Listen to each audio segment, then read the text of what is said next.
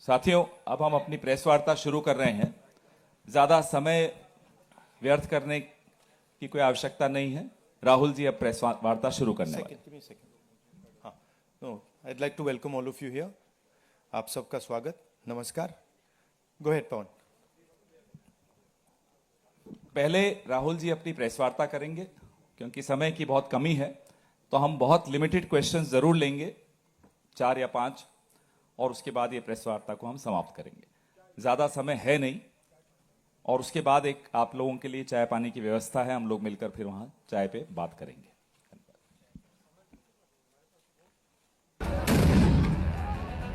ओ भाई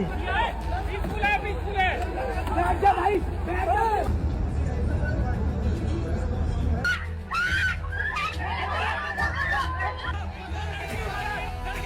वो बेहोश पेशेंट के ऊपर चढ़ के गए, उन्हें डंडा मारा मेरी आंखों के सामने। और हम डॉक्टर्स हैं, हम शांति से हेल्प करने आए थे, हम नारे भी नहीं लगा रहे थे। उन्होंने बोला तुम्हें बुलाया किसने? डंडे मारे उन्होंने हमें।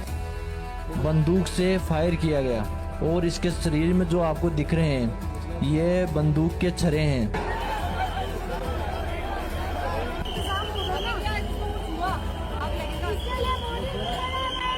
जब अपनों की जान जाती है ना, तब पता चलता है इंसानियत मर चुकी है। ये देखिए लड़ाई देखिए, ये देखिए किस तरीके से मार रहे हैं। ये लाठी चार्ज देख सकते हैं आप यहाँ पर।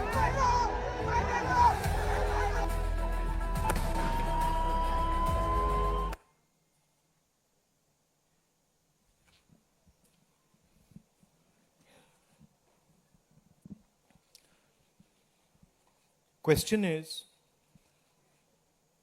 why is this happening to our students? What exactly have our students done? Thousands and thousands of students, what have they done to have security forces aiming weapons at them, to be beaten up, to be thrashed, to be humiliated? What have they done? What have they done wrong? They are protesting peacefully. They are asking for their demands. They are asking for what this country owes them. They are not doing a crime. They are simply asking that, listen, as students in this country, we deserve an education system that works. We deserve an education system that is fair, and we don't have it. Children have committed suicide. Our students go through unlimited stress. And then at the last minute, they are told that the paper has leaked. So there is a legitimate problem. And it is now a very deep problem in this country. So, the thing that is very clear to everybody is that our education system, which was known to be one of the best education systems in the world, is today a rigged system. I don't say this lightly. Thousands of students who are running around outside are not saying this lightly. What is the proof? It's a superficial proof because we don't actually know the exact number. But what we do know is that 152 paper leaks have taken place over the last decade. If you do the math,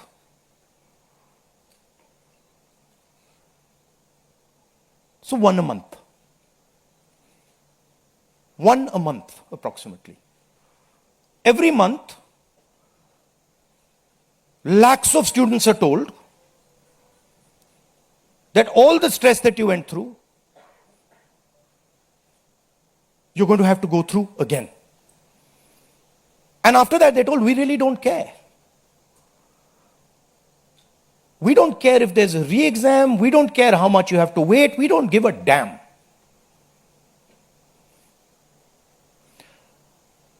$7.5 crore students and their families are affected by this.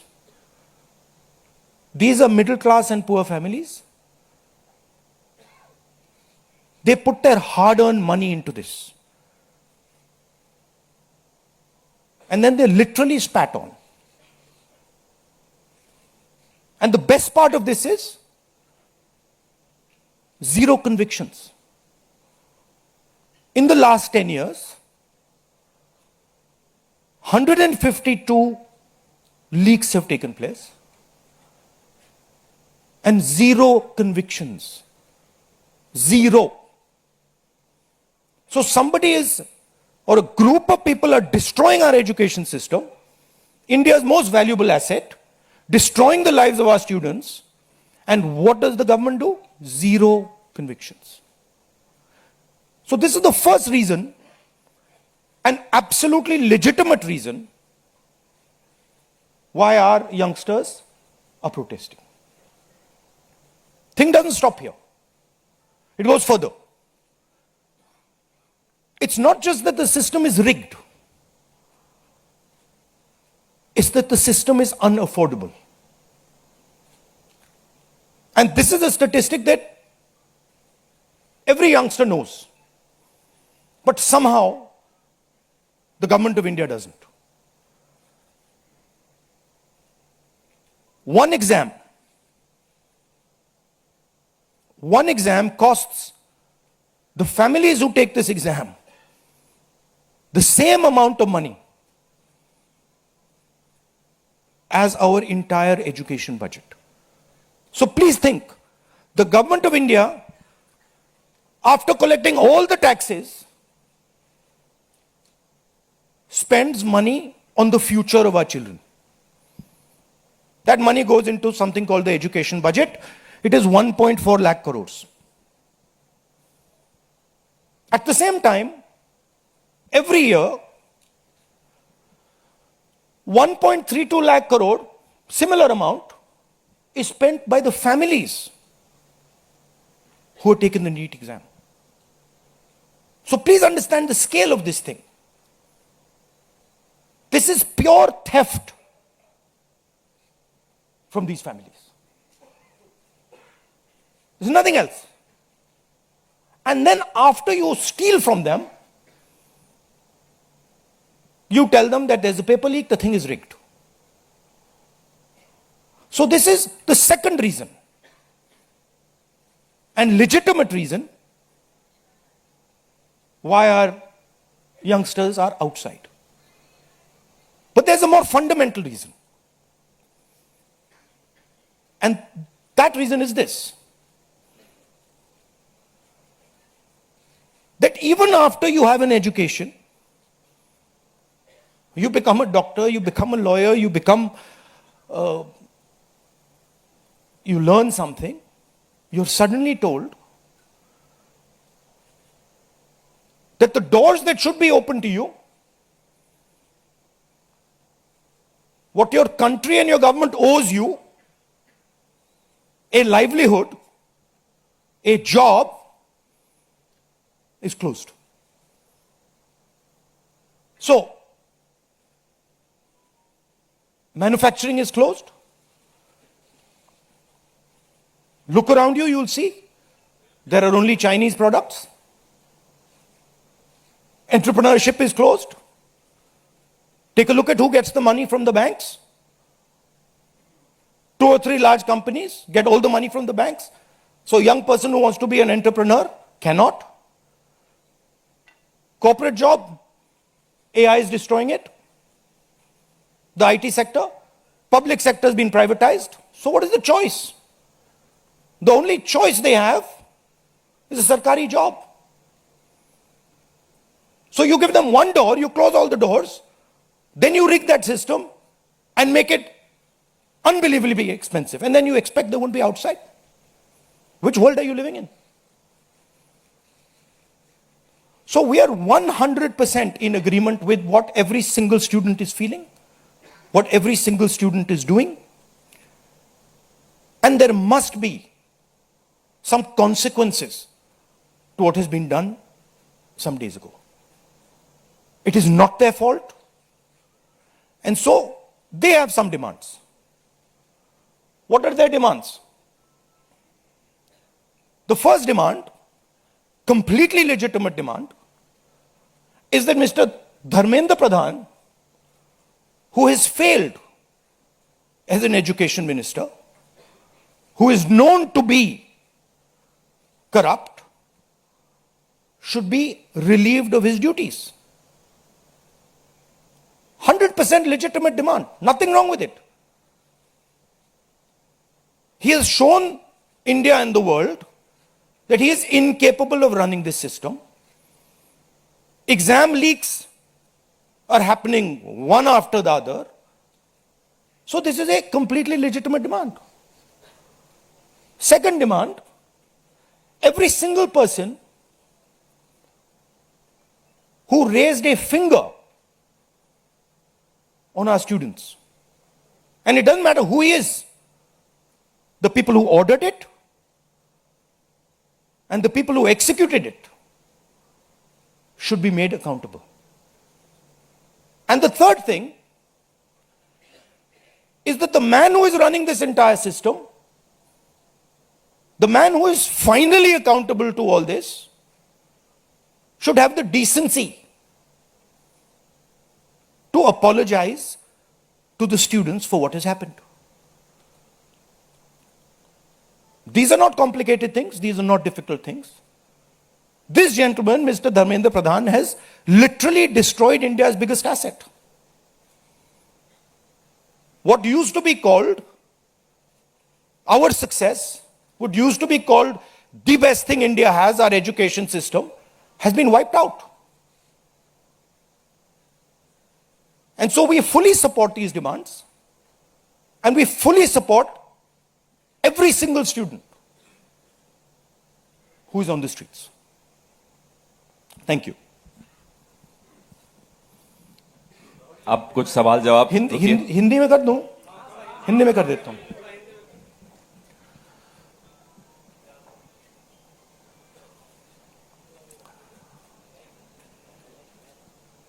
कुछ दिनों से देश के students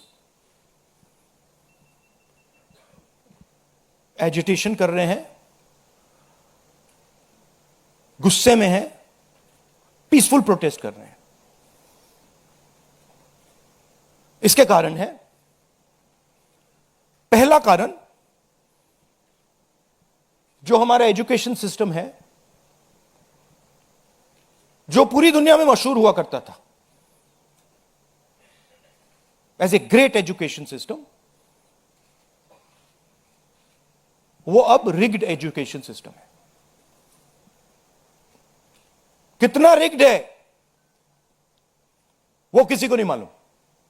superficially दिख रहा है कि 152 paper leak हुए हैं पिछले 10 साल में. सच्चाई नहीं मालूम, क्योंकि ये 300 भी हो सकता है, क्योंकि बहुत सारी बार पेपर लीक हो गया, किसी को पता भी नहीं लगा होगा, वो भी हो सकता है. बट जो हमें मालूम है 152 152 पेपर लीक हुए हैं.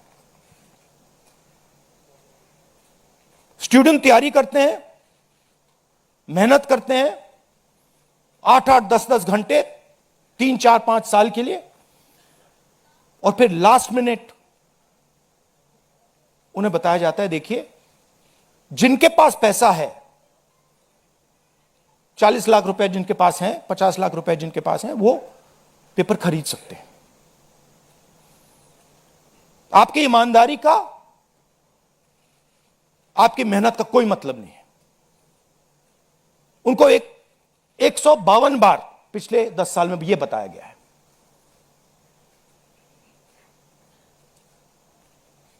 $7.5 करोड़ परिवारों को, स्टूडेंट्स और परिवारों को पेपर लीक ने डैमेज किया है. और स्टूडेंट ये सवाल पूछ रहे हैं, पेपर लीक होता है, 7.5 करोड़ युवाओं का नुकसान होता है, मगर पिछले 10 साल में एक भी कन्विक्शन नहीं हुआ, एक भी व्यक्ति का कन्विक्शन नहीं हुआ, 0। तो यह पहला कारण है। दूसरा कारण कि जो हमारा एजुकेशन सिस्टम है यह अनअफोर्डेबल है, मिडिल क्लास के लिए, गरीबों के लिए यह सिस्टम अनअफोर्डेबल है। जितना पैसा हिंदुस्तान की सरकार अपने एजुकेशन बजट में डालती है हर साल, उतना पैसा एक नीट एग्जाम के लिए, जो स्टूडेंट्स एग्जाम लेते हैं और उनके परिवार, उतना पैसा देते हैं। आप सोचिए, सरकार पूरे देश से टैक्स लेती है, जीएसटी, इनकम टैक्स सारा लेती है, और फिर कहती है देखिए ये जो पूरा टैक्स हमने लिया है आपसे, इससे हम 1.4 लाख करोड़ रुपए शिक्षा में डालेंगे। और फिर हिंदुस्तान का एजुकेशन सिस्टम कहता है इन परिवारों से कि आपसे हम 1.32 लाख करोड़ रुपए सिर्फ नीट एग्जाम लेने के लिए लेंगे।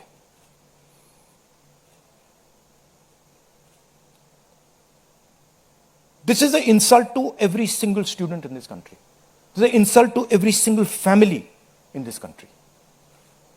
और ये कौन लोग हैं? ये मिडिल क्लास गरीब लोग हैं। ये अमीर लोगों का प्रॉब्लम नहीं है।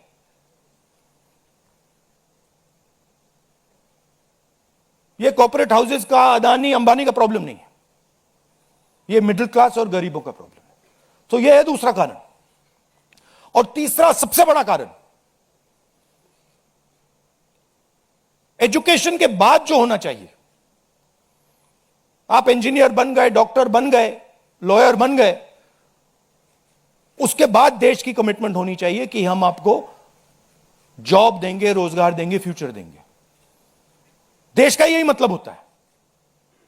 देश का मतलब होता है कि हम आपको फ्यूचर देंगे, हम आपको एजुकेशन देंगे, हम आपको हेल्थ केयर देंगे। यह फाउंडेशन होता है देश का। और यह देश कहता है कि नहीं, हम आपसे पैसा चोरी करेंगे, हम एजुकेशन सिस्टम को रिग करेंगे, और फिर उसके बाद सारे के सारे दरवाजे हम बंद कर देंगे। एक ही दरवाजा आपके लिए खुला होगा, सरकारी नौकरी, वो भी रिग्ड है। उसमें भी जिसकी जान पहचान है वो घुसेगा, जिसके पास 40 लाख रुपए वो घुसेगा।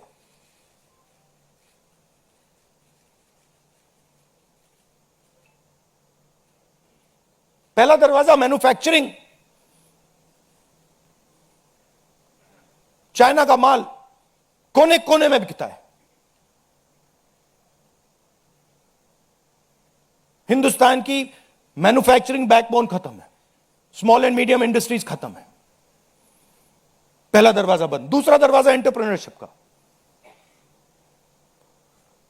बैंक का सारा पैसा 2-3 बिजनेसेस के हाथ में जाता है। आप में से कोई एंटरप्रेन्योर बनना चाहता है, दरवाजा बंद। टीवी पे एड्स आएंगे, एंटरप्रेन्योर बनो। एंटरप्रेन्योर बनने के लिए लोन की जरूरत होती है, पैसे की जरूरत होती है, वो नहीं मिलेगा। दूसरा दरवाजा बंद। तीसरा दरवाजा कॉर्पोरेट जॉब, आईटी जॉब, जो हिंदुस्तान की सक्सेस रही है, उसको एआई ने खत्म कर दिया है, खत्म कर रहा है। पब्लिक सेक्टर बंद, पूरा प्राइवेटाइज कर दो, खत्म कर दो। तो एक ही रास्ता है, वो सरकार वाला, गवर्नमेंट एग्जाम। और फिर उसमें कहते हैं सबसे पहले पूरी अपनी आमदनी दो, उसके बाद हम सिस्टम को रिग करेंगे। और आप लोग मिडिल क्लास के लोग, गरीब लोग अपना पैसा डालो, और जिसके पास 40-50 लाख रुपए है वो पीछे से बैकडोर से घुस जाएगा। ये 3 कारण हैं कि दिल्ली के स्टूडेंट्स, हिंदुस्तान के स्टूडेंट्स गुस्से में है, बाहर है। इनको क्या कमिटमेंट चाहिए? ये कोई ज्यादा नहीं मांग रहे। सबसे पहला कमिटमेंट जो सिंबल है इस चीज का, धर्मेंद्र प्रधान मिनिस्टर, सबसे पहले आप सिंबल को हटाइए। बड़ी बात नहीं है। सुसाइड हुए हैं बच्चों के,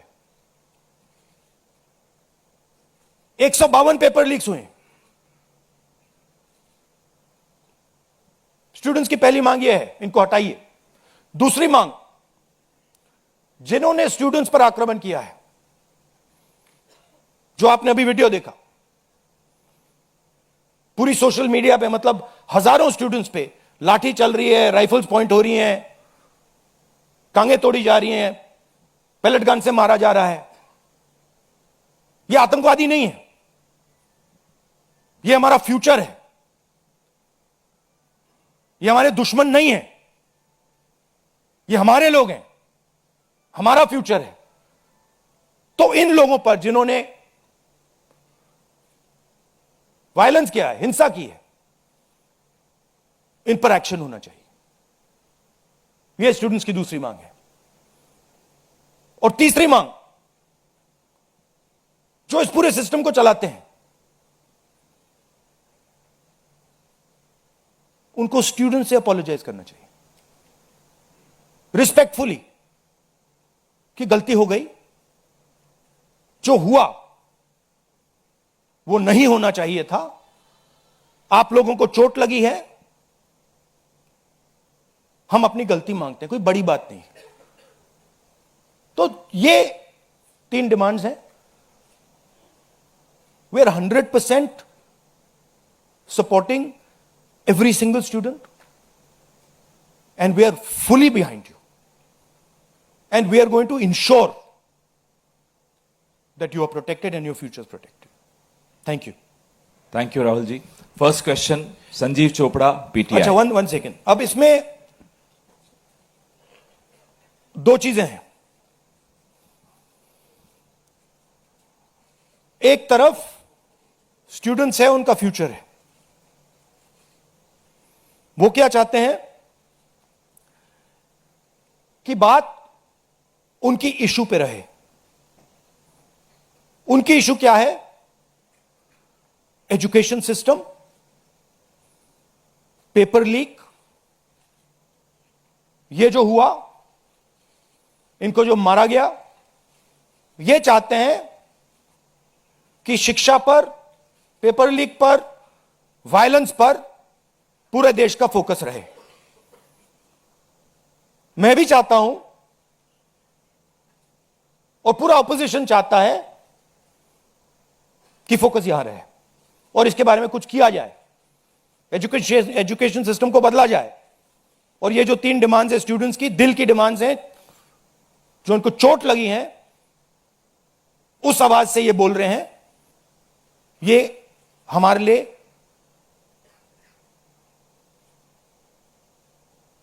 बहुत जरूरी चीज है। और दूसरी तरफ क्या है? डिस्ट्रैक्शन, कि ध्यान इधर उधर करो, कभी ध्यान उधर ले जाओ, कभी इधर ले जाओ, कभी आगे ले जाओ। 2 फोर्सेस हैं, एक फोर्स डिस्ट्रैक्ट कर रही है और दूसरी फोर्स फोकस करने की कोशिश कर रही है। Thank you. जीव चोपड़ा जी, माइक दो भाई। Rahul ji, we've all seen what has happened with the students on Monday. We've also seen what has happened yesterday with the protesting MPs right outside the Prime Minister's residence. you know, the manner in which the leader of opposition was roughed up, manhandled and beaten up and removed from the protest site. What would you say on that? But the government has accused you of crossing the line and not behaving in a manner befitting the leader of opposition. This So what to would me, you say? this how I was treated is an irrelevant issue to me. I don't care. Treat me 5 times worse, I don't care. The focus has to be on this. The focus has to be on what was done to the students. The focus has to be on the education system, on paper leaks, and on the costs that these children have been forced to pay. So, do whatever you want to me. 5 times, 10 times worse, I don't care. In fact, I like it because I learn from it. And the government's allegation on you? I don't care about government's allegations. Government's allegations have no consequence to me. Siddharth ANI। Rahul ji, मेरा सवाल आपसे ये है कि क्या धर्मेंद्र प्रधान के इस्तीफे से कोई सॉल्यूशन आपको लगता है विपक्ष को कि उससे ही निकल जाएगा? क्या होना चाहिए? दूसरी बात ये कि इतने कई सालों में, पिछले 30-40 सालों से ज़्यादा की जो डेमोक्रेटिक सेटअप है हमारे देश का, हमने नहीं देखा कि विपक्ष के नेता प्रधानमंत्री के घर का घेराव करने पहुंचे, उनके घर के बाहर पहुंचे हों। क्या वजह रही कि आप लोगों को वहां जाना पड़ा? और अब सरकार में से भी आप मांग कर रहे हैं कि डिस्कशन हो और सरकार की तरफ से किरण रिजिजू आ जाए। उन्होंने कहा कि हम डिस्कशन के लिए तैयार हैं, लेकिन किस नियम के तहत करेंगे वो सरकार को तय करने दिया जाए। तो अगर सरकार किसी नियम के तहत आप लोगों से बात करती है आपने बहुत लंबा बोला भैया, आपके क्वेश्चंस क्या है? मेरा सवाल आपसे यही है कि क्या वजह रही कि आप लोगों को प्रधानमंत्री के घर तक पहुंचना पड़ा और क्या धर्मेंद्र प्रधान के इस्तीफे से सॉल्यूशन? इसके 2 कारण हैं। हमें लगा कि अगर हिंदुस्तान के स्टूडेंट्स सड़क पे हैं तो ऑपोजिशन को भी सड़क पे होना चाहिए, पहली बात। दूसरी बात, हमारी नेचुरल स्पेस पार्लियामेंट है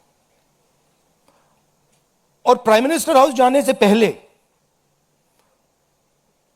ऑपोजिशन स्पीकर के पास गए, उनके कमरे में गए, रिस्पेक्टफुली गए और हमने स्पीकर से कहा देखिए यह बहुत बड़ा मुद्दा है, आप हमें बोलने दीजिए, इसके बारे में डिस्कशन करने दीजिए। स्पीकर ने कहा कि देखिए मैं सरकार से पूछूंगा, meaning it is not speakers decision, it is सरकार डिसीजन। ठीक है, पूछिए। पूछने के बाद कोई डिस्कशन नहीं, पूरे इशू को इग्नोर कर दिया। ठीक है, Dharmendra Pradhan, just put that other slide, Dharmendra Pradhan एक सिंबल है। धर्मेंद्र प्रधान is a symbol and the students have pain about how they have been treated. That symbol has to be removed. Out of respect to the students, that symbol has to be removed, number 1.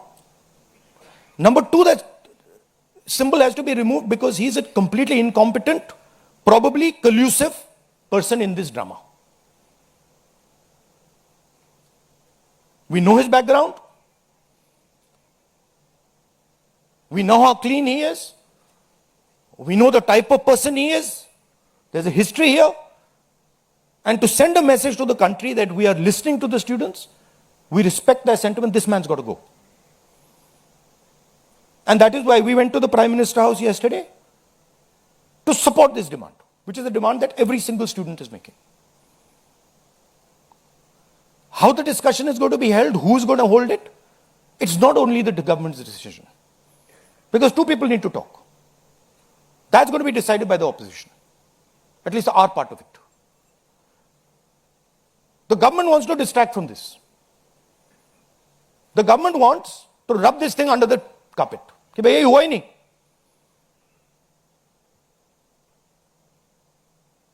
और हम चाहते हैं कि ये central issue है और ये central issue पर रेजोल्यूशन आए.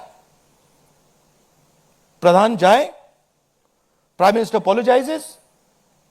Everyone who assaulted students is the first step. Then we want to see changes being made to the testing system. We want to see changes being made to the amount of money people are charging. Thank you. IANS.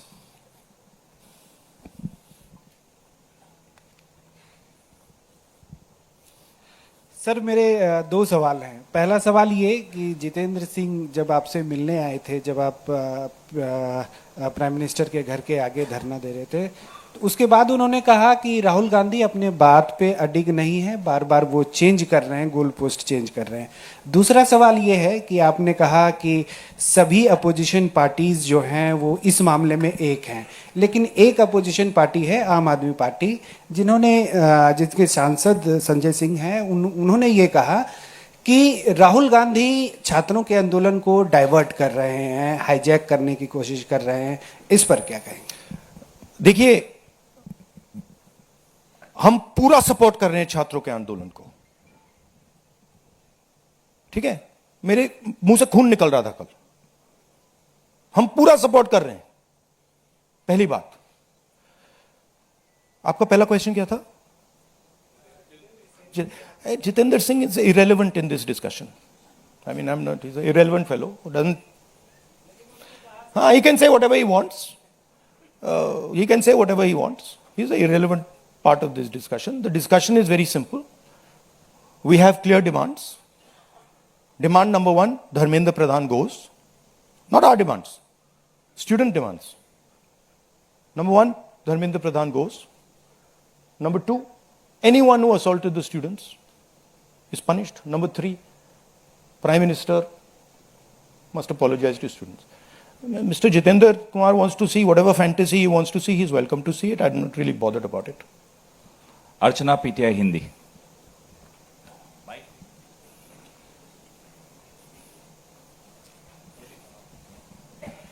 Sir, कल जिस तरह से protest पे हमने देखा, आपको पंच भी किया गया, आपको मारा भी गया। What was your experience? क्या हुआ था exactly? It was fine. I'm used to getting punched and all. It's not a problem. It was fine.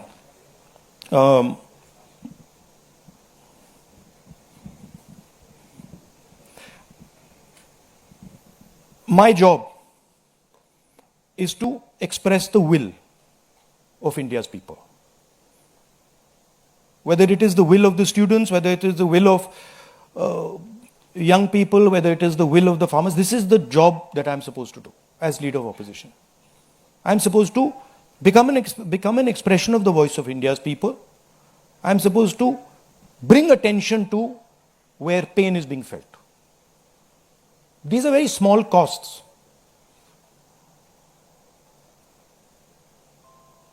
These are not big costs. It's a huge honor for me to do this, to be able to stand with the wishes of my people. So, a couple of punches and all, this is not a problem at all. I'm happy to take many more.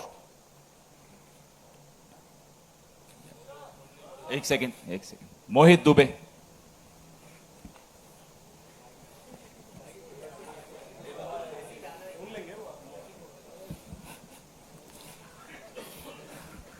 Rahul ji, मैं मोहित दुबे हूँ, ABP news से।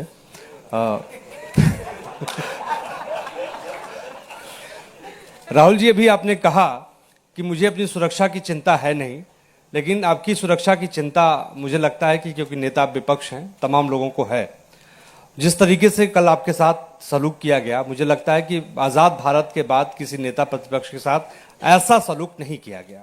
आपको घसीटा गया, बस में डाला गया, छत्रसाल स्टेडियम लेके आप गए हैं। आगे की आपकी रणनीति क्या रहने वाली है? क्योंकि जिस तरीके से छात्रों के हक को लेकर आप लड़ रहे हैं, छात्रों की गूंज के तहत भी, पार्लियामेंट के अंदर भी, पार्लियामेंट के बाहर भी, आगे की अब रणनीति क्या रहने वाली है?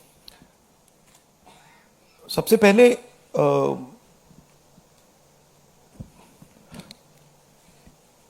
सही है कि पुलिस वाले थोड़ा मुझे घसीट के ले गए, बट कान में कह रहे थे कि इस सरकार को हटाइए। एक्चुअली मैं राजस्थान का हूं, इनको हटाइए, हम सिर्फ वर्दी पहने हैं। दूसरा कह रहा है मैं हरियाणा का हूं, इनको हटाइए। तो that sentiment is there and सच्चाई एवरीबॉडी नोस। ओके, उन बेचारों को मतलब ऑर्डर एक्सेप्ट करना पड़ता है तो वो कर रहे हैं। But even police is not happy about what has happened.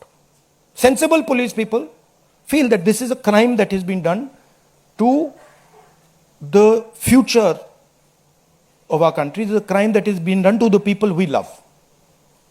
They can see their children in this. तो पहली बात वो है। दूसरी बात देखिए, यहां तो बड़ा क्लियर है, this is the demand of the students, we fully support it.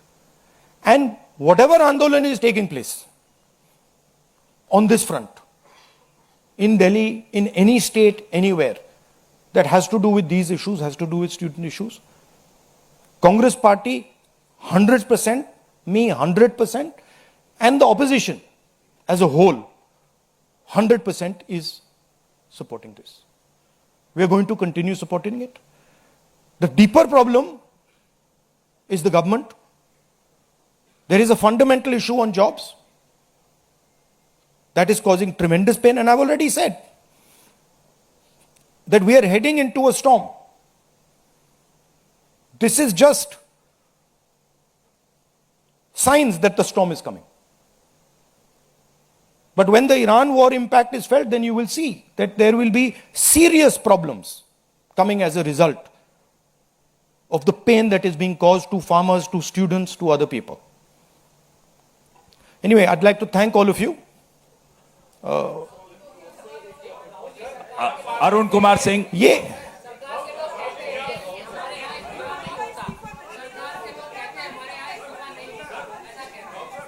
Last question. एक मिनट सवाल पूछने दीजिए, 1 मिनट। मैं पूछूं? राहुल जी, एक छोटा सा सवाल है। पिछले 10-12 सालों में ये छोटा सवाल और बड़ा सवाल में क्या फर्क होता है? वो छोटा सा हो जाएगा ना। अच्छा, आपको दोहराना नहीं पड़ेगा। जितनी तेजी से आप वहां पहुंचे, पीछे पीछे मिनिस्टर भी पहुंच गए, बहुत तेजी से पहुंचे। आपको क्या लग रहा है, पहले तो कभी ऐसा हुआ नहीं था, what compelled him to reach out to you first? And second thing, ये जो तीनों डिमांड्स हैं, is it totally non negotiable?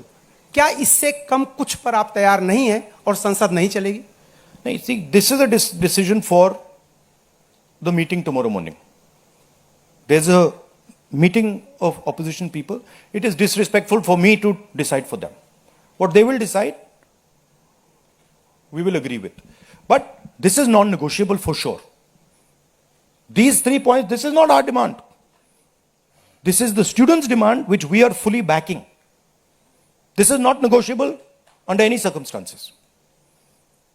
Whether House will run tomorrow, that is up to the entire opposition, which will be a discussion. What compels government to reach out to you so immediately? Because in every government, there comes a time when psychologically they collapse. The leadership collapses. So that has happened. The government is actually in panic. This reaction that they've done with the students, this is a panic reaction. Right? What they were doing yesterday with us is a panic reaction. That's a different issue. We have to resolve this issue. Thank you very much.